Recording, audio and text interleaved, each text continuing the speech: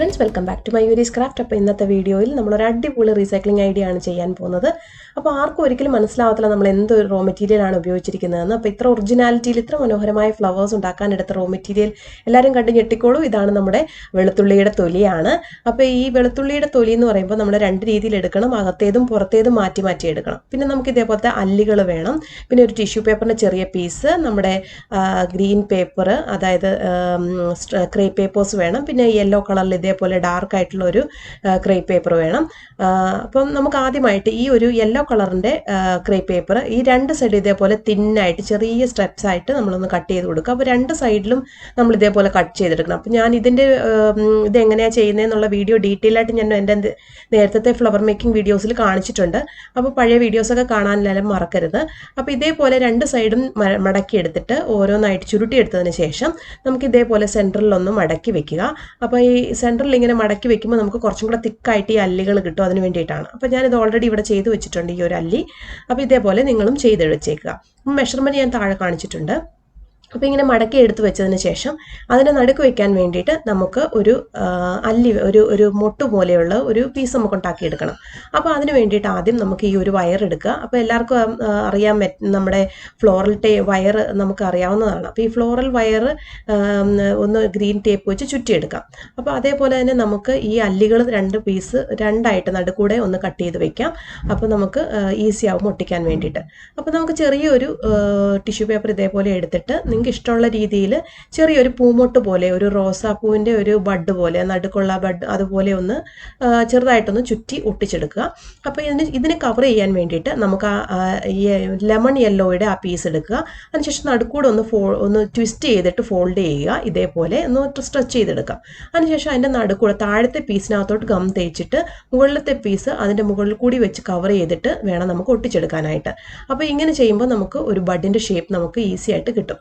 അപ്പോൾ ഇങ്ങനെ ഒരു ബഡ് ഉണ്ടാക്കിയതിന് ശേഷം അതിന് ചുറ്റും വേണം നമ്മൾ ആ ഉണ്ടാക്കിയ അല്ലി പോലത്തെ ഡാർക്ക് ഗ്രീൻ കളറിലുള്ള പീസ് വെക്കാൻ വേണ്ടിയിട്ട്. അപ്പോൾ അതിന് ചുറ്റും നമുക്ക് ഇതേപോലെ ഒരു ഹാഫ് ലെങ്ത്തിൽ, അതായത് അതിൻ്റെ ഓൾമോസ്റ്റ് മിഡിൽ വരുന്ന രീതിയിൽ വേണം നമുക്ക് ഒട്ടിച്ചെടുക്കാനായിട്ട്. ഒത്തിരി താഴോട്ട് പോകണ്ട, അപ്പോൾ നമുക്ക് കാണാതെ വരും.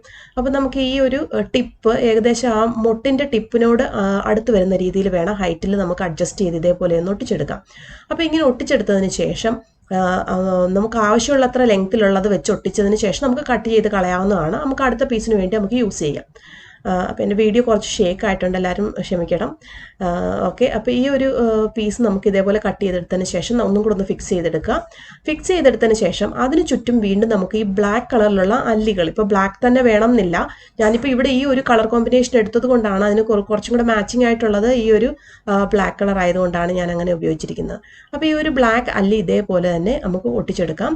ഇങ്ങനെ എല്ലാ പീസും നമുക്ക് അതിന് ചുറ്റുമായിട്ട് ഇങ്ങനെ ഒട്ടിച്ചെടുക്കാം.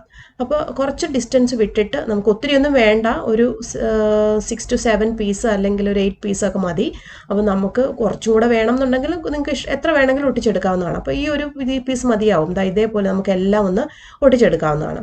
അപ്പോൾ ഇങ്ങനെ ഒട്ടിച്ചെടുത്തതിന് ശേഷം ഇനി നെക്സ്റ്റ് നമുക്ക് നമ്മുടെ പെറ്റൽസ് എടുക്കാം. പെറ്റൽസ് എടുക്കുമ്പോൾ ശ്രദ്ധിക്കണം, നമ്മൾ ഗാർലിക് പീൽ ചെയ്യുന്ന ടൈമിൽ നമുക്ക് ആ ഗാർലിക്കിൻ്റെ തൊട്ട് പുറത്തിരിക്കുന്ന കട്ടിയുള്ള ഒരു പീസ് ഉണ്ടല്ലോ, അത് വേണം നമ്മൾ ആദ്യം ഒട്ടിക്കാൻ വേണ്ടിയിട്ട്. അപ്പോൾ നമുക്കൊരു പെറ്റൽ ഷേപ്പിൽ ഇതേപോലെ കട്ട് ചെയ്ത് അറ്റമൊക്കെ വേണമെങ്കിൽ ഒരു പെറ്റൽ ഷേപ്പ് നമുക്ക് കൊടുക്കാം. അതിനുശേഷം ഇതേപോലെ ചുമ്മാ ഒന്ന് ഒട്ടിച്ചു കൊടുത്താൽ മതി.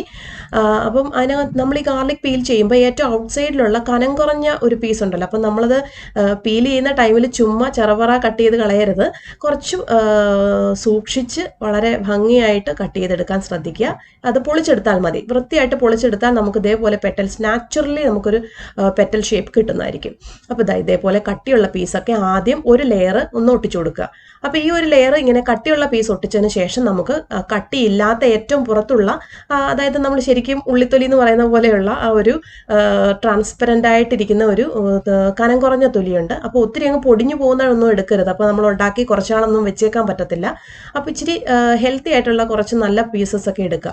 അപ്പോൾ നിങ്ങൾ ഇനി കടയിൽ പോകുമ്പോൾ ഇച്ചിരി ഭംഗിയുള്ള ഗാർലിക് എടുക്കാൻ ശ്രദ്ധിക്കുക. അപ്പോൾ നമുക്ക് നല്ല വലിപ്പമുള്ള ഗാർലിക് ഉണ്ടെങ്കിൽ നമുക്ക് കുറച്ചും കൂടെ വലിയ പീസസ് ഇതേപോലെ പീൽ ചെയ്തെടുക്കാവുന്നതാണ്.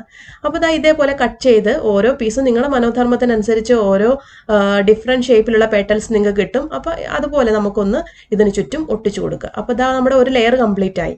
അപ്പോൾ ഈ ഒരു ലെയർ കംപ്ലീറ്റ് ആയതിനു ശേഷം ചുറ്റും നമുക്ക് ഒട്ടിക്കേണ്ടത് ഞാൻ പറഞ്ഞതുപോലെ ആ ട്രാൻസ്പെറൻ്റ് ആയിട്ടുള്ളത് ഒട്ടിക്കാം. അപ്പം നിങ്ങൾക്ക് വേണം കുറച്ചും കൂടെ തിക്കായിട്ടുള്ളത് വേണം എന്നുണ്ടെങ്കിൽ നിങ്ങൾക്ക് വീണ്ടും ഒരു ലെയറും കൂടെ കട്ടിയുള്ള പീസ് ഒട്ടിച്ചു കൊടുക്കാം. അപ്പം ഞാൻ ഈ താഴെ ബേസിൽ കാണിച്ചിരിക്കുന്നത് കനം കുറഞ്ഞ പീസാണ്. അത് കുറച്ച് വലുപ്പത്തിൽ നമുക്ക് കിട്ടും. അപ്പം നമുക്ക് കുറച്ച് ഒരു 2-3 പീസ് കൊണ്ട് തന്നെ ഒരു ഫ്ലവർ കവർ ചെയ്യാൻ പറ്റും.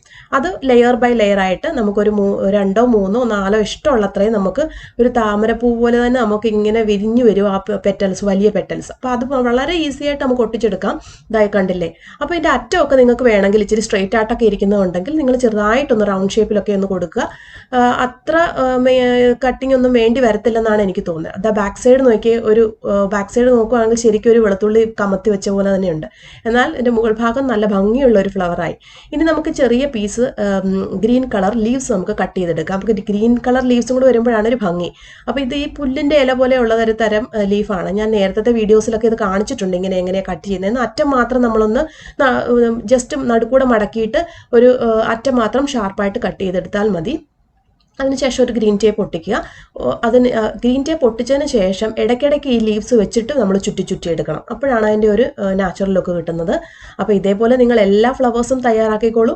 അപ്പോൾ എത്ര നമ്പർ വേണമെന്ന് നിങ്ങൾക്ക് ഇഷ്ടമുള്ള നിങ്ങളുടെ ഫ്ലവർ വേസിൻ്റെ വലുപ്പത്തിനനുസരിച്ചും നിങ്ങളുടെ കയ്യിലുള്ള വെളുത്തുള്ളി അല്ലികളുടെ അളവിനനുസരിച്ചും നിങ്ങൾക്ക് ഇഷ്ടം പോലെ ഉണ്ടാക്കിയെടുക്കാം. കാരണം നമുക്ക് ഒട്ടും ഒഴിച്ചുവിടാൻ പറ്റാത്തൊരു സാധനമാണ് ഈ വെളുത്തുള്ളി. നമ്മൾ ഇഷ്ടം പോലെ മേടിക്കുന്നതാണ്.